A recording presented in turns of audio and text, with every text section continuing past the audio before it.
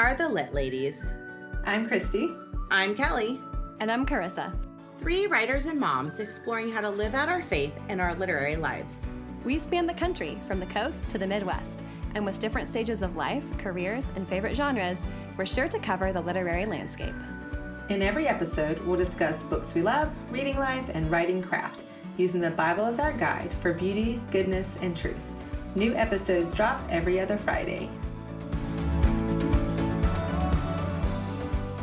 Well, hello, and welcome back to our Lit Ladies podcast. We are so excited today to have special guest Kristine Delano.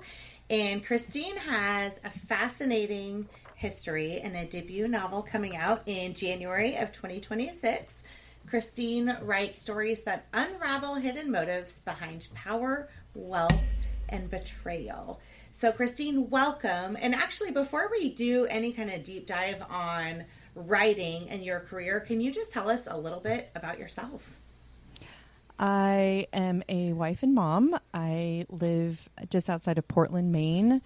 We've been in Maine for over 20 years. I have 3 kids that are in and around almost college age and a little bit out. And I love downhill skiing. I love scuba diving. Anything with some adventure and risk, I am your girl. So, yeah. I love that. And we should mention at the top, Kristine is actually also a podcaster. So she hosts, it's called We Talk Careers, right? Correct, yes. We Talk Careers. And how often do you drop your episodes?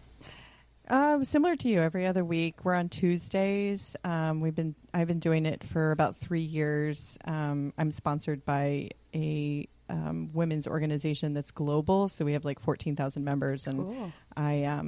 I've just been doing it as sort of a labor of love to get the voices out. There's not a lot of women in high finance globally, and I love to get their stories out and learn from them, and then I write about them. So it's maybe a little sneaky of me to like grab up stories. No, that's what writers do. And I would just say, even though it is finance-based, I actually found it fascinating just with leadership in general. And I told my sister, she's doing her MBA right now, and she works at a nonprofit, but she works at the Gates Foundation, so a well-known nonprofit. But I told her, I'm like, you have to listen to this. It's so good. So even if someone's we do not... make it like that. Yeah, I get emails and DMs all the time from like plumbers and teachers and folks that are just like, oh my goodness, I had never thought about how to negotiate that way or how important culture is. It's very applicable. Like yeah, so absolutely. It's very gratifying. Yeah. So. I was going to say, I listened to the generational gap one, and I found it so applicable because I work in an office with an older office manager, but I also work with very young 20-something OTs. And so it's like, I'm kind of in the middle there, and it's like I find myself bridging that gap and having to like put out fires for each one because it's like they're on 2 different wavelengths. Absolutely. That was a great one, and she's an amazing consultant and does that for companies. So it was really great for her to share so much on that episode. And you had someone with an arranged marriage on, and of course the writer that was in me is so like, but did they fall in love? What I happened? love that's a good episode too, is the multitasking. I think they're working on it. That was so interesting. Yeah. Yeah. Thank you. So you mentioned high finance. Tell us about your professional career. Before you were a writer, what was your career? So I got a bachelor's in neuroscience, thought I was going to med school. Did a little detour and did Teach for America while I put med school on hold because I felt like I needed a break. While I was doing that, I had an engineering firm that like funded my science classroom, and it was amazing. And I got involved in engineering, so I pivoted, and instead of going to med school, I got a master's in industrial engineering, which I loved. I loved solving problems.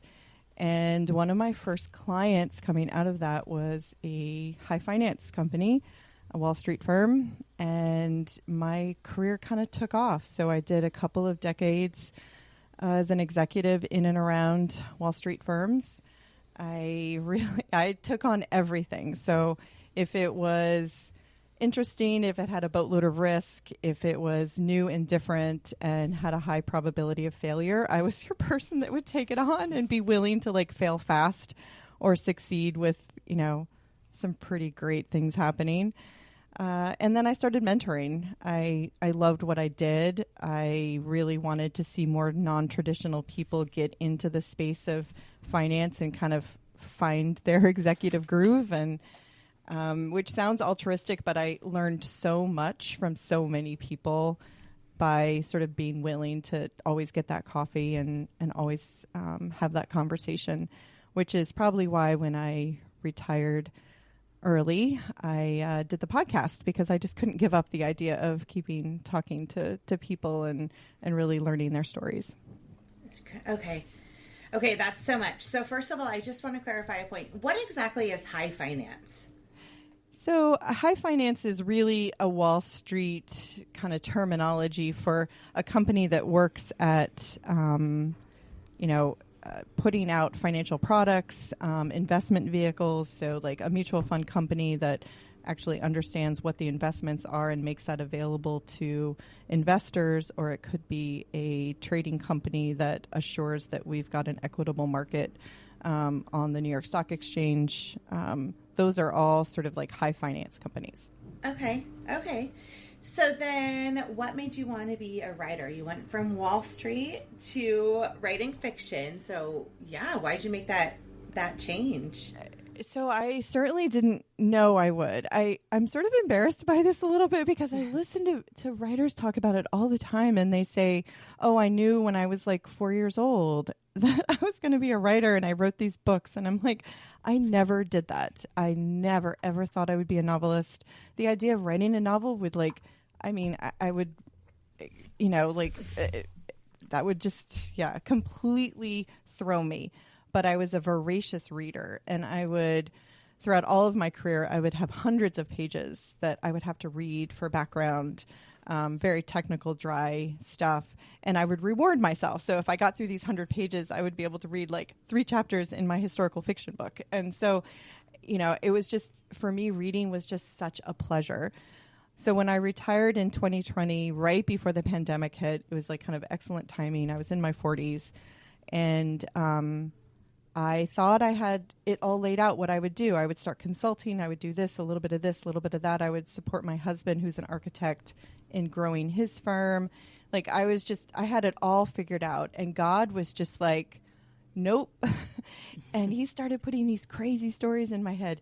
And my husband, who's very patient with me, was just finally like, you need to write some of this down. Like, I think he was just done with like me talking about people that didn't exist. And so I did. And I found myself actually writing a whole novel, and it was bad, but it was done. And then at that point I was like, wow, I need to figure out what this means. And I spent a lot of time in prayer and a lot of time just really trying to figure out what gave me a lot of joy. And what it really came down to was that I really cared about women who were really caught in that work-life balance. And I felt like we really learn a lot through story, and not all of them would, sort of like pick up a Bible and like go through scripture with me, but they might pick up a novel that sort of explored some of those themes and sort of bring some hope and bring some like, I see you kind of moments. And so that's kind of why I got started in novel writing. Wow. So if I'm understanding correctly, you retired before the pandemic with a plan. And so it wasn't that you retired to start writing. You retired, had a plan, and in the midst of that started writing. Absolutely. And I kept some of my plan. Like part of my plan was to sit on some boards, and I did get invited to do that. And that's been really important to me, because I need to stay in my industry, I need to stay connected to the things that I write about, because things move so quickly. So I don't want to be dated in what I know.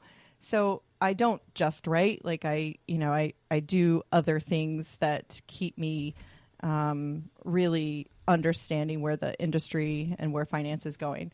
But oh goodness, no, I never would have guessed it. I never would have thought that I would be doing this. So you mentioned historical fiction. Like, what's your like pleasure reads now and then? Like, what kind of stuff do you read? Do you read everything, or do you have a particular genre you like? I read everything, and I love it, from literary fiction to rom-coms. Like I read it all. I tend to read more suspense thrillers. That's what I write, and I really, really enjoy it.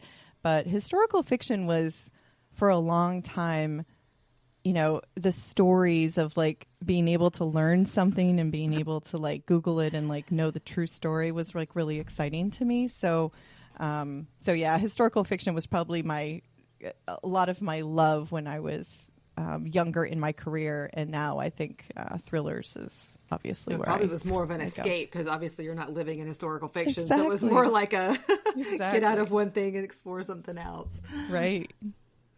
And I think, Kristine, you saying you're a little embarrassed about the fact that you hadn't had this dream. I think that writing is the weirdest, most, I don't want to say unique career, but I think we all have this point where we're like a little embarrassed too. Because it took me years to be able to say I was an aspirational writer. Like, I was embarrassed about telling people I wanted to write a book. I still don't tell people. See? And then people will ask for updates, and you're like, oh, this is the slowest industry ever. I don't have an update, even though it's been 3 months. So then you feel embarrassed about that. So I get it, but also you can't compare yourself to other people in this industry because everyone's path looks so different. And if you're just comparing, it will be, I think you set yourself up for disappointment, So I don't know. I always say it's the right publishing home at the right time, with the right story, and it just has to be all those things to line up. So don't be embarrassed. Those are the things you have to repeat to yourself every single day. I didn't call myself a writer until with the second manuscript that I wrote after the first one that was kind of a dumpster fire but really exciting to have finished it. I hired an editor because I just thought I really just need to understand, like, what am I doing wrong and what do they see? Because it was just, I was getting a lot of really good feedback from like my writing group, but I didn't know how to kind of go to that next level, and I knew I wasn't there. So I needed somebody to like really diagnose, and she did. She was like ex-Random House. She was amazing. She was wonderful to spend the time that she did with me. But the two things that she said to me was, number one is, you are a writer. And I was like, oh, okay. And she like made me like say it, made me like really absorb this.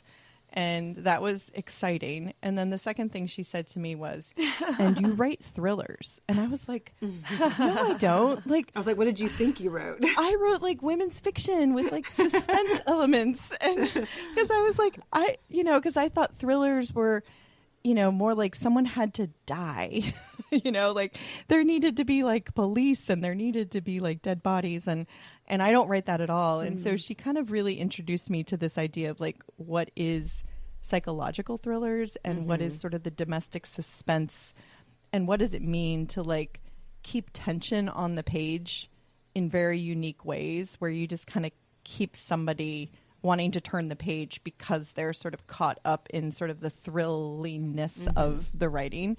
And that changed everything for me. Like it really, like my writing went to that next level. I was like, oh, that's what I do and that's who I am. And it was like, it took somebody from the outside to tell me these things. I think that's one of those things with genre is that you think you do one thing. Yeah. And you need someone from the outside to like be like, no, this is what you write. Right. That's so fascinating. So you hired an editor, and then what you mentioned a writing group. What's your writing group? Writing group has really changed for me over time. Let me back up a little bit. For me, with my job, I always hired expertise. So I always had people that were so good at what they did, and I would like beg and borrow them from other departments, or I would hire them from the outside, and I would be like, make us better. So, when I started realizing that writing was going to be so much a part of my life, like I put everything into classes and people and relationships and all of that. So I didn't, really understand the concept of a writing group. And I felt kind of bad to join one until I was like good enough to be able to like really sort of like pay my dues and like help people out. So I took dozens of classes, from story structure to line level writing to character arcs, emotionality, plotting. I was like voracious, and I would take bits and pieces of things that I felt like resonated. And then I got on the ACFW loop, and Chris Posty tapped me and Diane Sampson and Jamie Ogle, and we kind of became what was my first sort of writing group. And then others have sort of invited me in as well. What I haven't had is a writing group that like writes what I write, because being a Christian writer who writes psychological suspense is a little bit on the rarer side. So I haven't quite found folks that write like I write. But just the idea of having people that hold me accountable and like on the bad days lift me up, and on my days where I'm like, I don't know where I'm going, help point me in the right direction and are able to read my pages and occasionally and sort of help me through things like that have made all the difference. Sure. That's a good answer, because it can be a complicated question. And some people do have a writer's group where they, critique back and forth on every single thing they write. And others like us have kind of a group that stays in loose contact and probably everything in between. Yeah. So, yeah. So and can I say one more thing about writing groups? Yeah, absolutely. And it's sort of a warning to people a little bit about writing groups. Like, what I tend to see a little bit is that people get so much into exchanging pages with their writing groups that they stop reading the stuff that's out in their genre and in their space. And they don't start seeing the gaps between like what is actually published and where they're at in their writing group. And I think writing groups are incredible, and I think being able to get eyes on pages and being able to submit to contests and getting those feedback is all really, really good. But don't do it in lieu of like reading in your genre and studying the greats, like studying how people do things really, really well, both on the line level and in the story itself. And I feel like that's sort of the difference of, kind of continuing to write and feeling really good about it and sort of moving yourself up into to better and better writing. Oh, that's good advice. Yeah. That's really I think you do good have advice. to read a lot to be a good writer. Yeah. Yeah. Yeah, they always say if someone says they don't read in their genre, that's not a good thing, because then you don't know what your genre is doing. So Right. So do you feel that having other writers in your group who do specialize in other genres, like, you think they bring something unique to the table? Like, do you think you've felt a benefit from that? Oh, 100%. My hardest thing is like describing the space in which my characters are in. Like, I just don't care. Mine's like all dialogue. I'm like, interiority is really big to me. Like, all these other things are really, really big to me in the story. Like, what the room looks like, or what are we doing in moving through space and stuff like that. But some of the writers that I get the honor of being in groups with are amazing at that. And so I'm always, I feel like I'm very intentional about the things that I ask for. So I'm like, please help me make sure that my people aren't just floating around in space, that they feel anchored, and that the space helps create the mood and create, all these other pieces to the story itself. And so I think that absolutely, I think you can absolutely learn from all the different genres, and I think it's really important to surround yourself with it. I just sometimes think that I get a little bit of a free pass on like how the tension in my book, because there's more tension in a thriller than there would be in a historical romance. That's where you need. But I don't know that I'm at the level I need to be with that tension unless somebody who actually sort of reads in that genre can kind of tell me that my cadence is right. And so there's certain things that I take, and then other things that I'm like, oh, I know my publisher is going to have probably comments on this chapter, for example. So how have you found someone to critique that, or have you not still? Yeah, I really haven't. So, this path from, sort of trying to figure out what I write and then actually writing it and then actually now having a publisher and having a team there, I kind of rely on them to help me figure out the pieces that are missing. And they're amazing at it. And so I would love to find, folks that sort of write the psychological suspense. But in the meantime, I'm, definitely busy writing and using my publisher's team. Sure. So tell us about your journey so you wrote your first book, then you hired your editor, found your first writers group, and then how'd you find your agent? What happened after that? So I wrote 3 manuscripts. And, okay. Each time trying to apply the things, and each time kind of, the first 2 sort of shelving them away and being like, okay, so that was a good experience. Okay, that was a good learning experience. And then the third one I was pretty excited about and thought that might be what would land me an agent, maybe. And maybe if he or she loved it, then, we could go on with it. So in the midst of all that, Kate Angelo invited me to the Discord channel. Okay. And so I was just getting my bearings on what that was. I'd never been on Discord before, and so I was trying to figure out these sprints and trying to figure out all of this. And all of a sudden, it sort of exploded with everyone congratulating Lynette Eason. It's like she's now joined the Steve Laube agency and all of that. And so I joined and I, sent her a little message and I said, oh, congratulations. That's really exciting. And then she congratulated me because I had like double semifinaled in the Genesis Award. And I was so humbled that she knew, and like she was like so nice about it. And so we just started talking, and she was like, why don't you just send me your manuscript? I mean, seriously, she was like a day old agent. And so I sent it to her. And she was moving, and she was like signing her papers at Steve Laube, and I didn't really hear a lot. She would every once in a while like send me a little note saying, just so you know, like, you're still on my list. Like, I still want to read this. Like, I'm excited about it. So it was like 2 months later.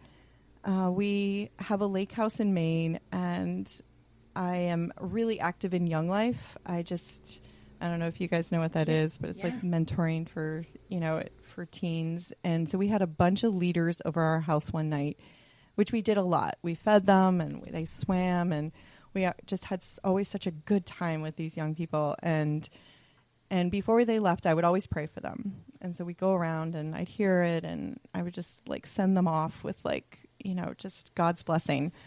And that night I just had this like terrible pinch that I was supposed to act for prayer from them, which was not, vulnerability has always been sort of maybe a difficulty for me. I think through writing, I've found my own way of being vulnerable. But it was like pinch, pinch, pinch. And so finally I was like, hey guys, I think God wants you guys to pray for me. And so I just told them a little bit about the journey.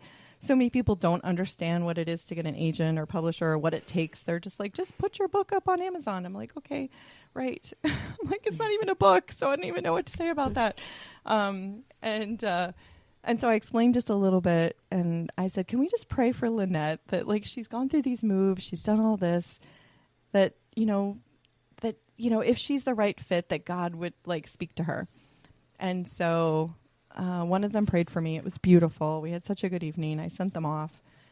It was the next morning. I opened my email, and it was like, hey, Kristine, I hope you're having a good day, and I hope this makes it even better. That's how she started. And then she offered me representation. And I was just like, oh, my goodness. And what it proved to me was that, like, as much as it felt like this was my win, all of a sudden it was like all those leaders' wins. Like, all of a sudden, all I wanted to do was text every single one of them and say, hey, guys, God answered your prayer last night. Like, so cool. So cool. So that was really neat. And then right after that, it was ACFW, and I met Elizabeth Jackson from Tyndale, and she kind of asked for an exclusive. So she asked, instead of us going out on sort of submission everywhere, that she would just get my book. And so we put the proposal together, sent it to her, and she said no. So I was like, well, that's sad. And she had a lot of comments, and she said, Kristine's willing to, she can resubmit, but it's a no from Tyndale. And so we're like, well, we got to go back to the drawing board. Now we need to maybe go out more widely and all of that. And then Lynette and Elizabeth met on something else. And Elizabeth said, what else does Kristine have? And I had been working on something else. So we sent her that, and she's like, no, not that either. So she's like, anything else? And so I had like 5 sentences. I was just like, well, there's this thing that I'm thinking about. And so she's like, yeah, I'm going to need a couple of chapters and a bigger synopsis than the 5 sentences. So I worked on that for a couple of weeks, and then she said, let's Zoom. And so we Zoomed, and I thought we were going to talk about it, but she really just kind of talked about Tyndale.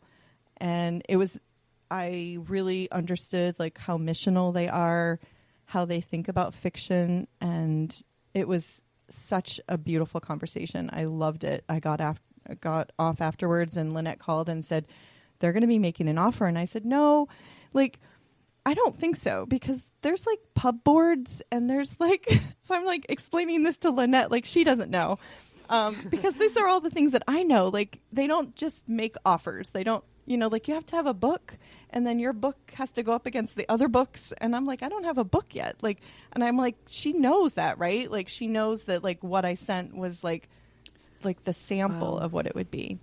And it was 12 days later, and I had an offer to write 2 books. But you've done it, so you do your process. So nothing had been done yet. So it was, and so yes, and I did know my process. And I think it was, as much as it felt like, oh, they're signing me, they really were excited about this psychological thriller set on Wall Street. It was just, I tell people all the time, find your hook, find what it is that maybe not everybody is doing, because it's a very competitive space, as we all know. And so I really do think a lot of it had to do with it spoke to something that they were already thinking about, and I kind of came at the right time. There was just a lot of timing to that story.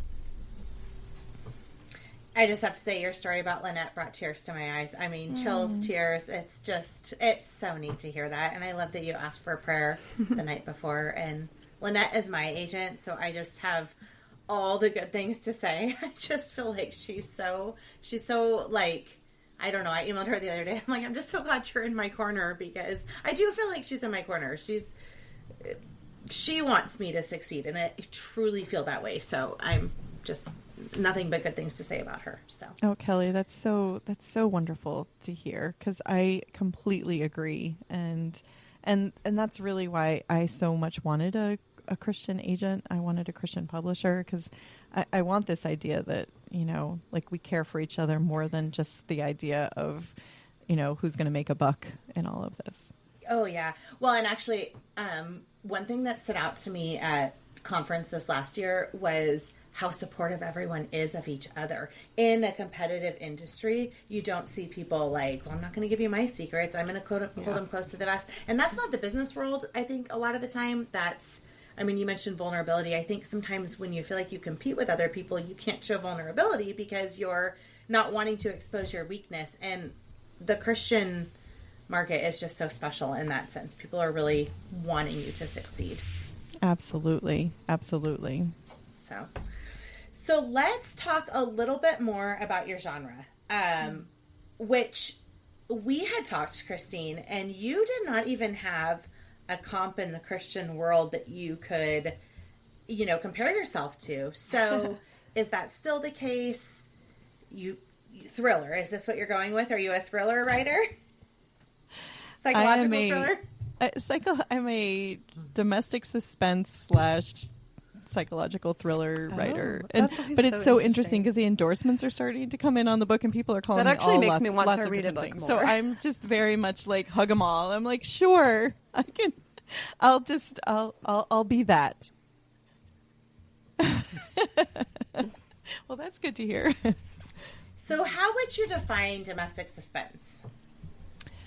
So domestic suspense means that there is quite a bit about the story that centers around the family. So it centers around, whatever family unit it is, the emotional arc of that family. And then the suspense element, obviously, is that, there is something that's, innately wrong happening.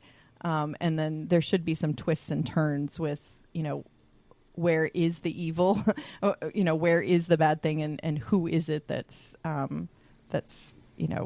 perpetrating that on the family. Okay.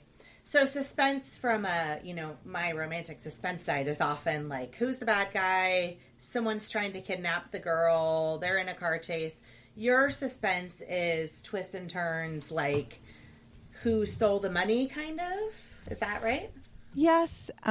For me, because I write both financial thriller and domestic suspense, to me, I take both of those together. So often the heart at what is going on is tied to both storylines. So there isn't, so it's very tightly wound. So whoever, and when I write, my process is like, I know, like, if it's like fraud or if it's, something else like that's in the sort of the underbelly of the company that, is greed or something that's caused the bad thing to happen. I just don't always know who the villain is while I'm writing until just like the end. I've got lots of different people that like could do it. And even though I'm a huge plotter, it could be anybody. Everything is plotted out before I start writing. I still don't know who the bad guy is. Interesting. And it takes layers of going back.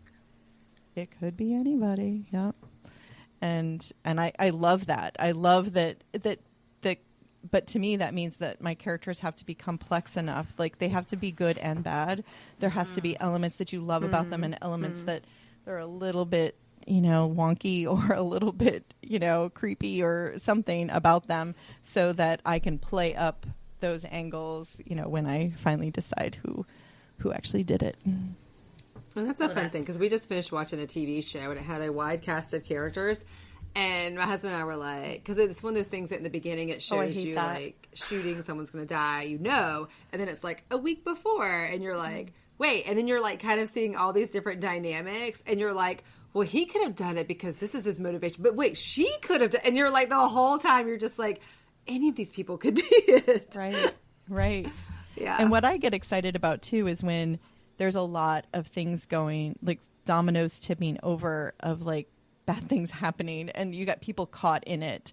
And then you can't quite figure out how they're connected. So not only do you not know who the bad guy is, you don't know why these things that are happening, which seem very different, like a house being vandalized and, data showing up on a server that doesn't make sense. Like why would those things be connected? Mm-hmm.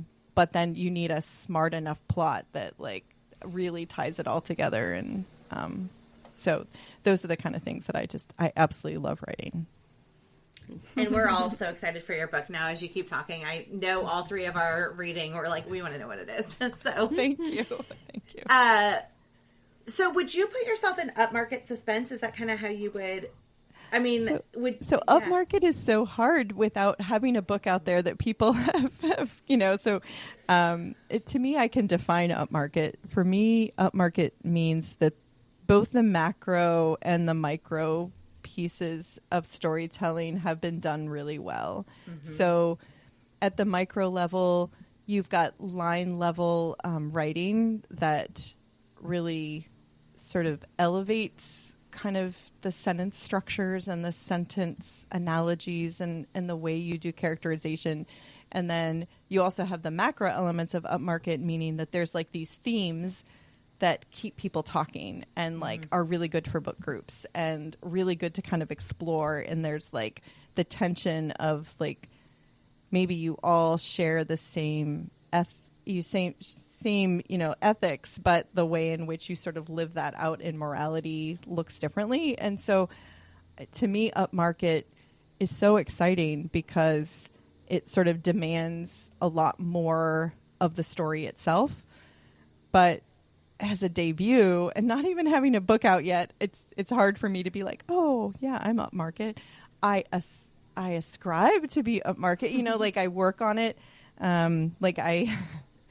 This is how much of a nerd I am. Like I have these books that I've created with, like 30 different little tabs where I like collect in my life metaphors that I think are really, really interesting or like sharp specifics about vehicles or houses or people or something like that. And so, I feel like those kind of things are really important to me to like keep doing to try to, I'll probably never be a literary writer, a great but idea. I want to get better. I love that. Carissa, No, are you over there? I don't really do that. I was just going to say, are you over I there love, I just think of taking the notes? metaphor Like, on the I'm going to spot. start doing this? That it takes me longer, but I love that.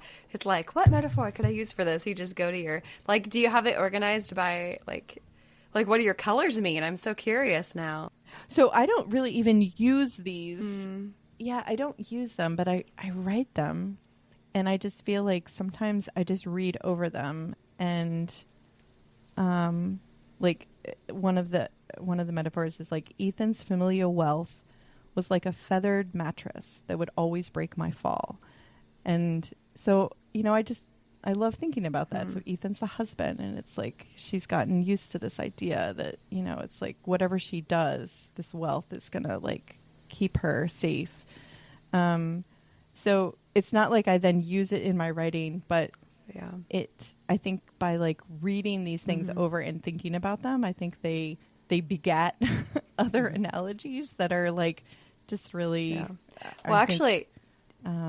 improve the line level. I was going to say Hemingway stories. actually says that sometimes there's things that you don't include in the story, but that you as the author know, but because you know it, it still affects the way you write the story and affects the way your readers perceive the story.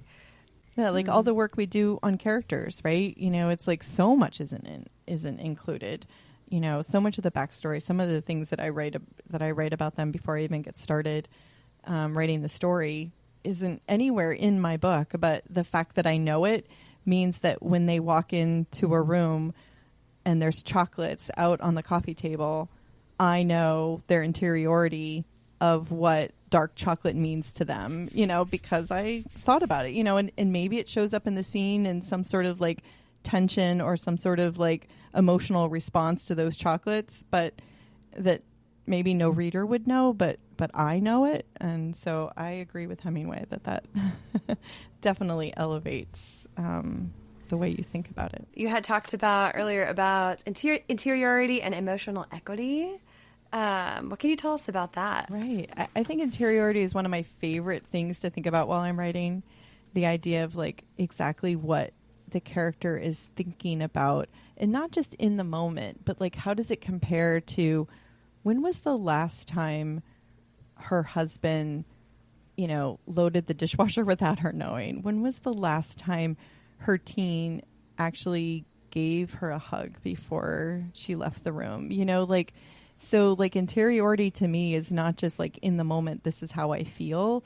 It's like, what are the things that like help the reader see that before the story even started, the character had this like rich life that led up to why they're behaving the way that they are now.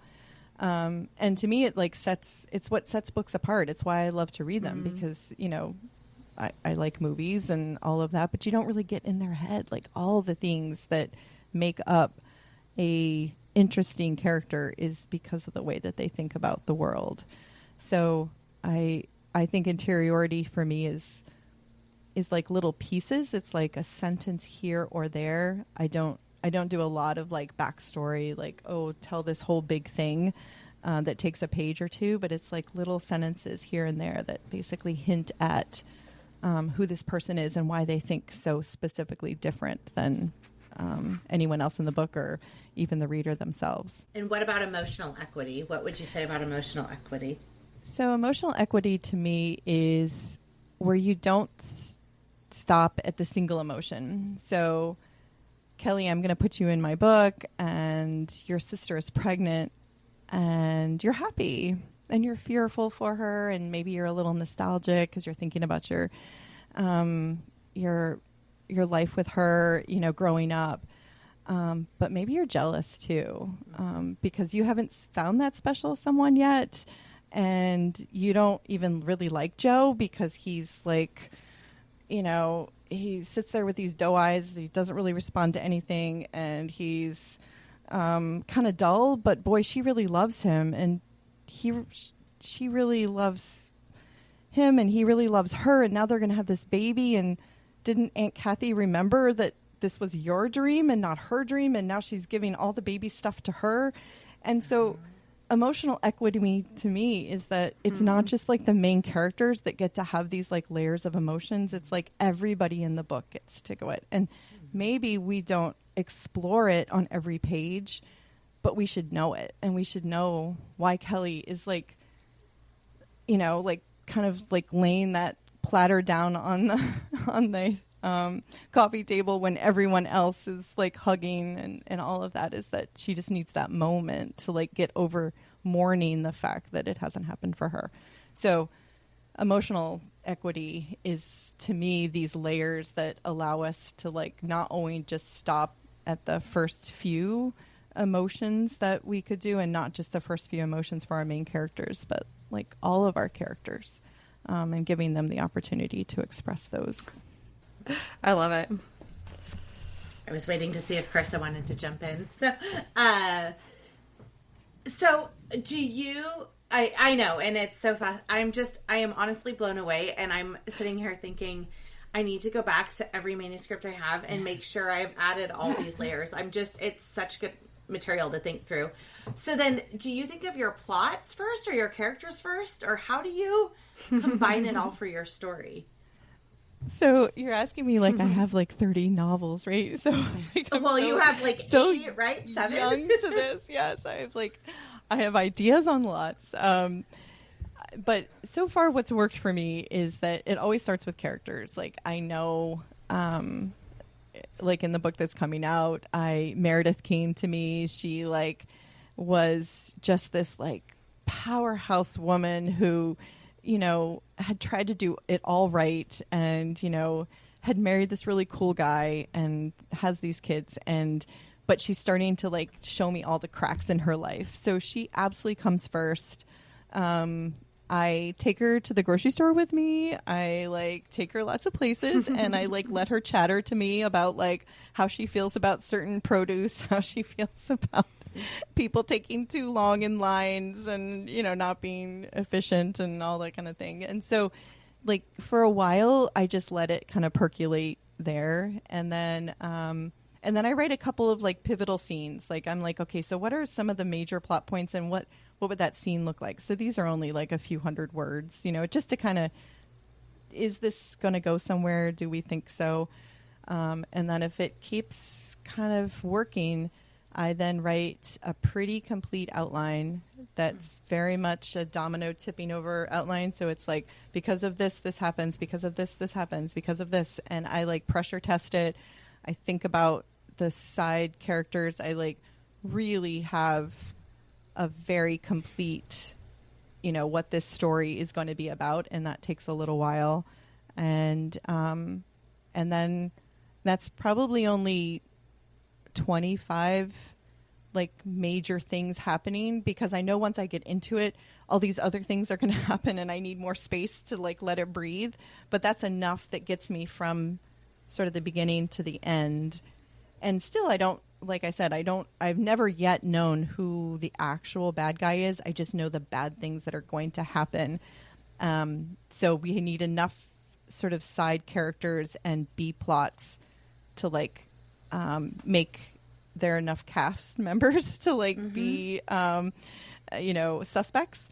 And then I start writing, and I am in awe of people who can kind of come in and see a blank page and just start thinking about it and write something. Like, I absolutely need in Scrivener. I need, like, these are my characters. This is, like, kind of what's going to happen in this scene, and this is where it's going to go, and even maybe some snippets of dialogue on each one. And then I can get started. Like, then I can just, I love it. I get really, really jazzed for, like, how the scene's going to work and all of that. And then it's lots of layers, like going back and back and back. Like, the first one is like, okay, is the interiority there? Do I have an emotional arc through this? Are characters starting one way and ending the next? Is there enough tension in it? So, you really have to love your story, because boy, oh boy, have I read it about 500 times before it's done. Yeah.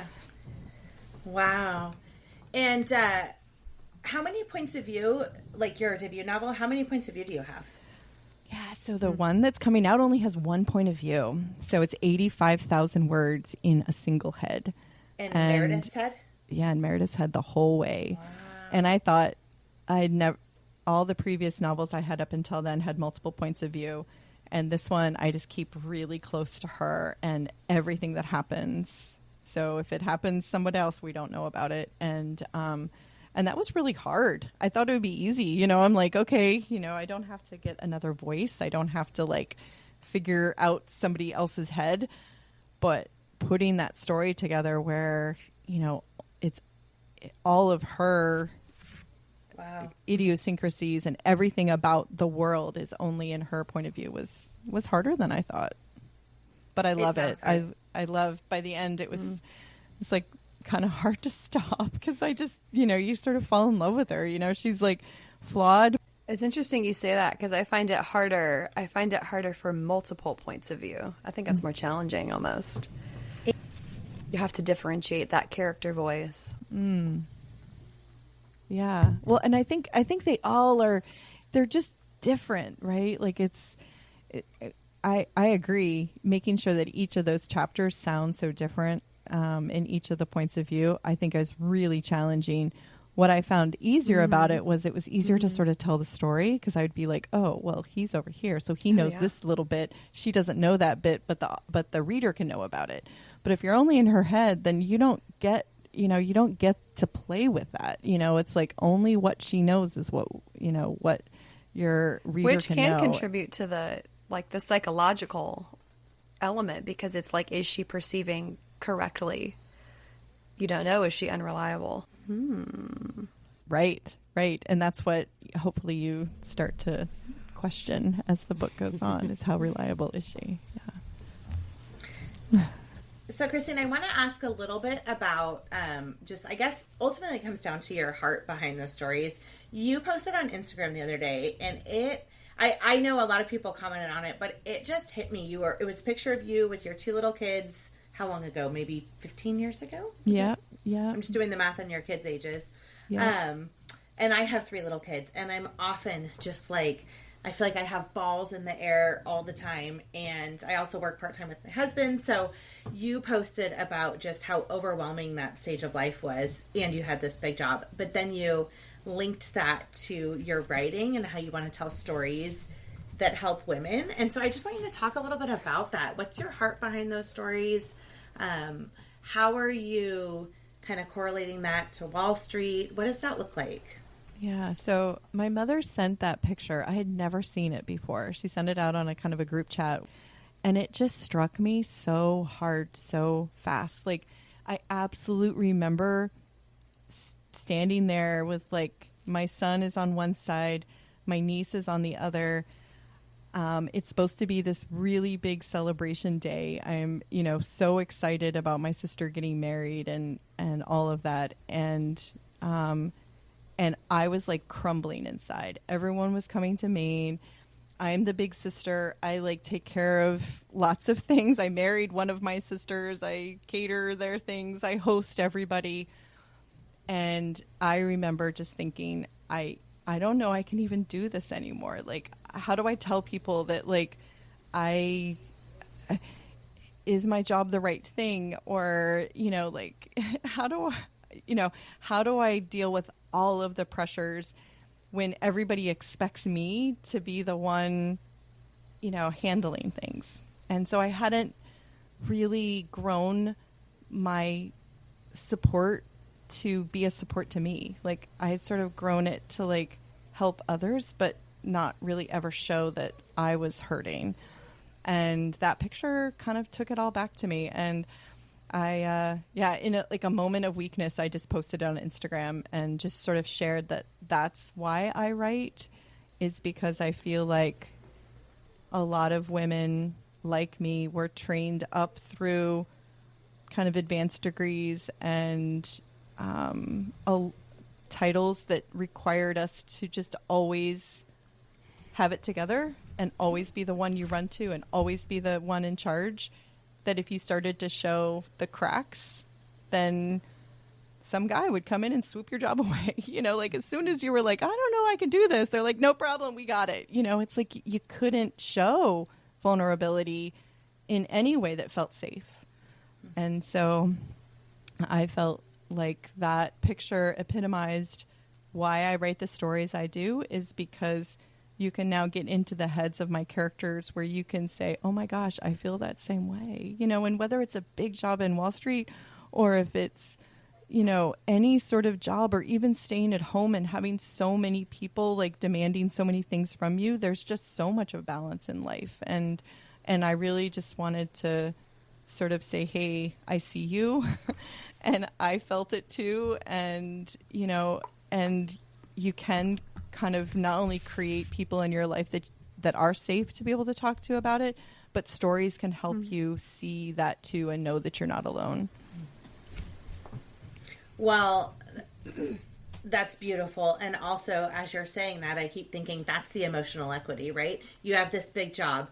You've got this exciting day that you're excited for your sister, and you're also so overwhelmed, and you're also burnt out, and it's all coexisting in this one moment. So I think that is a beautiful example. And it's hard to be a mom and a wife and do anything else, whatever that looks like. And I've had many years, I'm not a stay-at-home mom anymore, but I was. And actually, I think that's harder than working in some ways, because you don't get the affirmation or any accolade. You just get to clean the floors again. And it's hard to be in a thankless role like that. So anyway, it's a lot to take on. And I'll ask you, because you do work with so many women, has that culture changed in the corporate world or the financial world? Can women be more vulnerable now?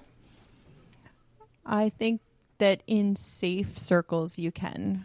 So, and I think one of my goals has been I'm on the board of an organization called Women in ETFs, which is really a Wall Street Connect, Support, and Inspire organization for women. But we have 20% men who also want to see that kind of diversity and inclusion in the world of finance. We create safe spaces for each other. And so that doesn't always mean that you can, at any moment, sort of break down and tell everyone around you that, you don't know if you could do it and you really need to get home because your kid is sick and all those kind of things. But we do create ways to build networks that even when people who work at competing firms or, in theory should be in competition, support each other. And then we share those stories and we help people find each other. And that's just incredibly gratifying. It reminds me of the Barbie movie where she just goes in that long monologue about everything women are expected to do. And I was like, I have never related more to a movie in my entire life, because she lays it all out, how you do this and you do that. But no, you're supposed to do this. And it's just I think that it's a struggle no matter whether, you're a stay-at-home mom or you have a job. Love it. Thank you. Yes. Well, I just love that you're bringing attention to some of these issues. And, I think probably Christian fiction has probably largely been a lot of romance and romance focused. And even women's fiction, I think a lot of times has that romance subplot to it.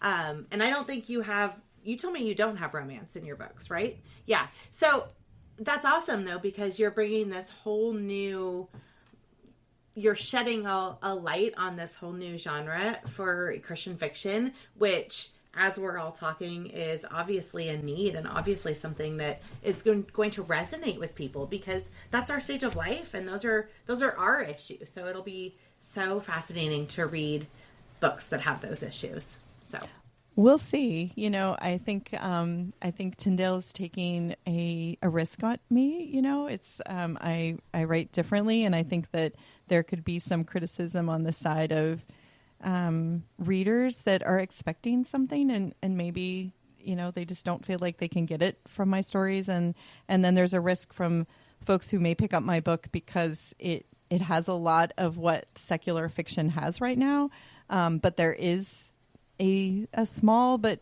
mighty faith arc in it as well. And so I feel like I spent a lot of years sort of developing a tough skin and basically saying, well, this is where God has me, and so therefore I need to perform, and I need to look for His approval and not the people's approval. That not to say that I don't I obviously want to be liked and I want my book to be liked, but I'm prepared for some pushback from both sides, and I hope that my book has been written in such a way that people feel the heart of it and they feel the hope of it, and that it is sort of an exciting genre that other people will start to write in and we'll find our readers in. But I absolutely have no control over that. Yeah. Well, I mean, you're right to have a thick skin, because I think writing is art and it's never going to appeal to everybody. Everyone's going to have a different perspective or perception on what they like, but it still sounds like it's going to fill a need in the market, which I think is the goal there.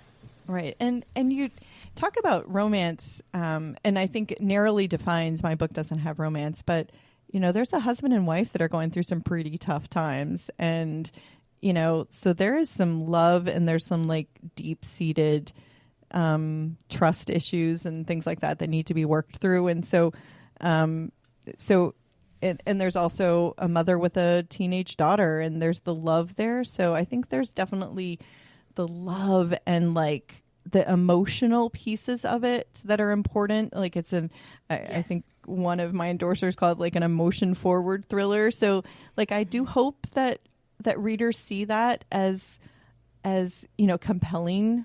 And even if there isn't a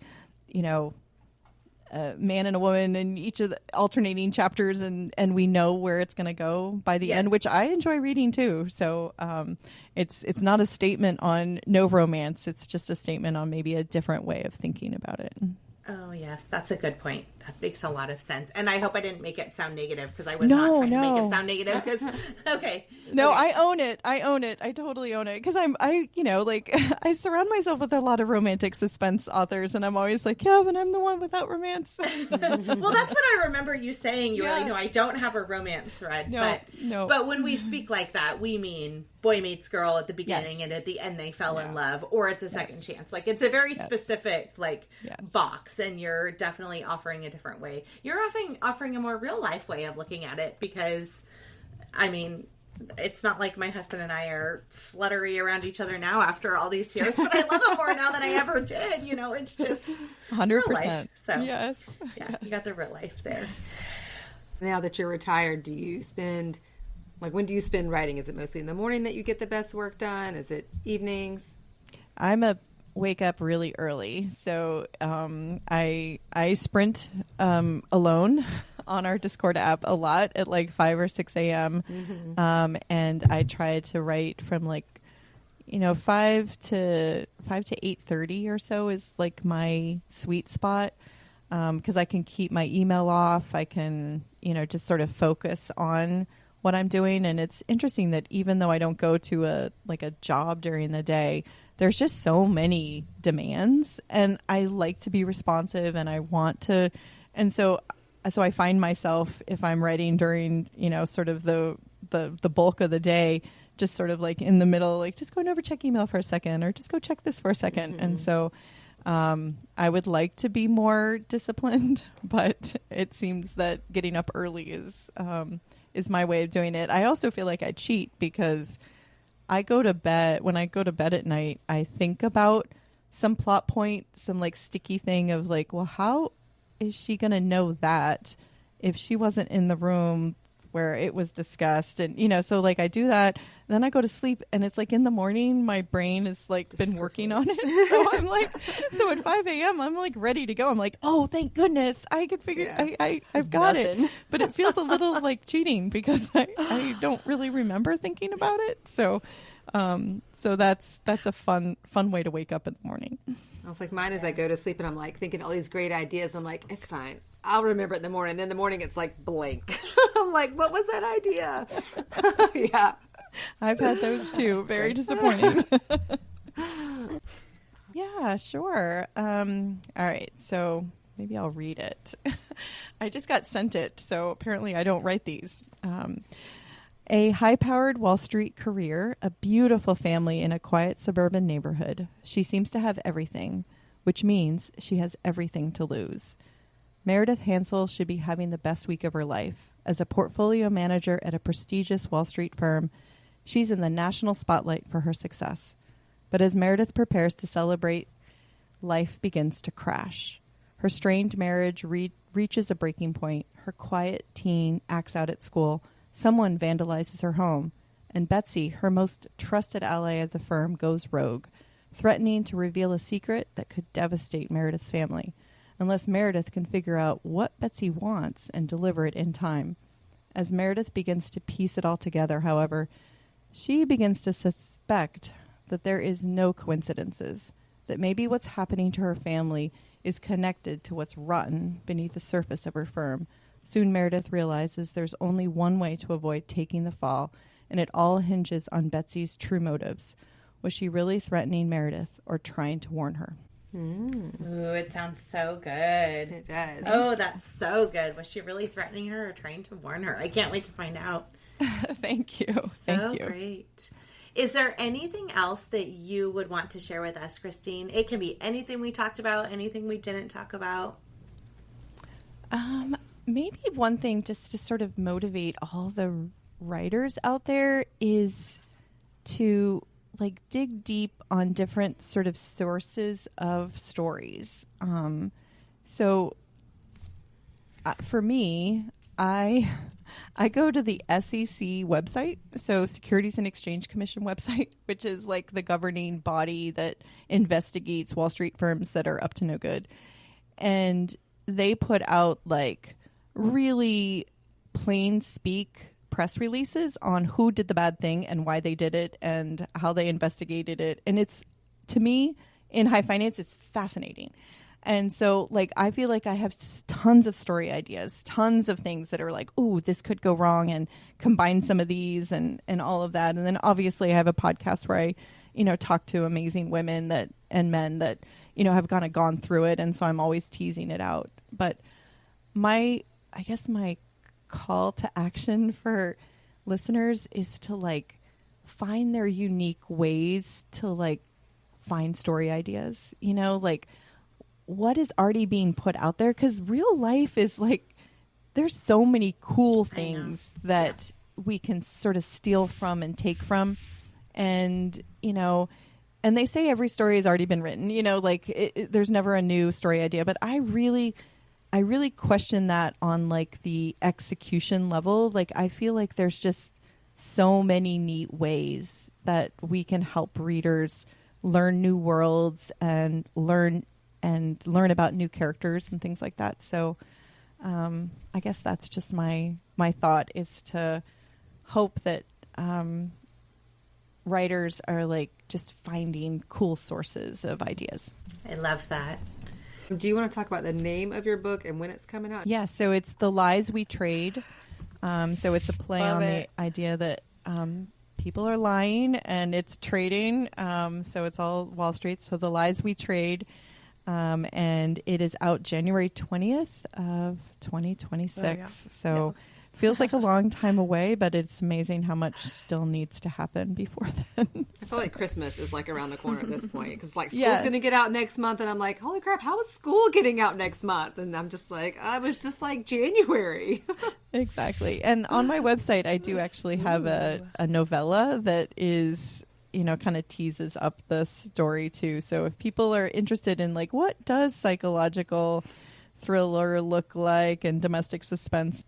And we'll link that. Thanks. Yeah. I appreciate that. Thank you for joining us today in our literary journey. Don't forget to rate and review on your podcast platform and to follow us on social media at Lit Ladies Pod. Today we have a quote from Toni Morrison. If there's a book that you want to read but it hasn't been written yet, then you must write.